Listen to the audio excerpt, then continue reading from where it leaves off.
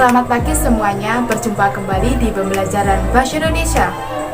Kali ini kita akan mempelajari mengenai teks eksposisi ataupun tujuan pembelajaran hari ini. Yang pertama, mengidentifikasi isi teks eksposisi yang disajikan. Yang kedua, menunjukkan kesesuaian isi teks eksposisi berdasarkan ciri-ciri teks eksposisi. Dan yang ketiga, menganalisis isi teks eksposisi berdasarkan jenis-jenis teks eksposisi. Adapun pembahasan hari ini kita akan membahas yang pertama, pengertian teks eksposisi, dan yang kedua, ciri-ciri teks eksposisi, dan yang ketiga, jenis-jenis teks eksposisi. Yang pertama kita akan membahas pengertian teks eksposisi. Pengertian teks eksposisi adalah paragraf atau karangan yang terkandung sejumlah informasi dan pengetahuan yang secara singkat, padat, dan akurat. Paragraf eksposisi ini dikatakan ilmiah atau disebut juga non-fiksi. Ragam teks eksposisi ini sering digunakan dalam konteks sehari-hari secara lisan maupun tulisan. Misalnya ketika kalian melakukan diskusi dalam forum seminar. Di situ terdapat seseorang menyampaikan argumen dan debat pendapat dan sebagainya. Pembahasan kedua mengenai ciri-ciri teks eksposisi. Ciri-ciri teks eksposisi yang pertama ada teks eksposisi menjelaskan segala informasi, maksudnya pengetahuan secara objektif, tidak ada unsur subjektif dan emosional. Kedua yaitu secara persuasif, yaitu mengajak pembaca untuk mengetahui informasi yang disampaikan. Yang ketiga, teks eksposisi memberikan penyampaian secara lugas, yaitu menggunakan bahasa baku atau bahasa sehari-hari. Yang keempat, teks eksposisi menyajikan secara fakta. Fakta yang digunakan alat kontribusi atau penyumbang utama dalam membuat rumusan agar sesuatu yang disampaikan lebih konkret. Pembahasan yang ketiga yaitu mengenai jenis-jenis teks eksposisi.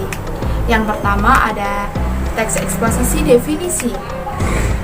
Teks eksposisi ini menjelaskan topik tertentu secara definitif, yaitu memberi penjelasan dengan batasan makna. Yang kedua, tentang eksposisi proses. Eksposisi proses memaparkan langkah-langkah atau cara melakukan sesuatu atau dalam pembuatan hal tertentu. Yang ketiga ada teks eksposisi ilustrasi. Teks eksposisi ilustrasi ini mempunyai tujuan untuk memberikan gambaran atau suatu ide nyata agar pembaca dapat memahami dengan baik. Penggambaran ini melihat kesamaan sifat dari topik satu ke topik yang lain. Dengan ciri-ciri biasanya terdapat konjungsi. Ada seperti atau bagaikan, dan yang paling dominan itu ada konjungsi ibarat. Yang keempat ada teks eksposisi pertentangan. Eksposisi ini berisi topik yang dijelaskan dari sisi kontradiksi yang biasanya berhubungan dengan topik yang lain. Ciri-ciri eksposisi pertentangan ini terletak dari penggunaan konjungsi antar kalimat.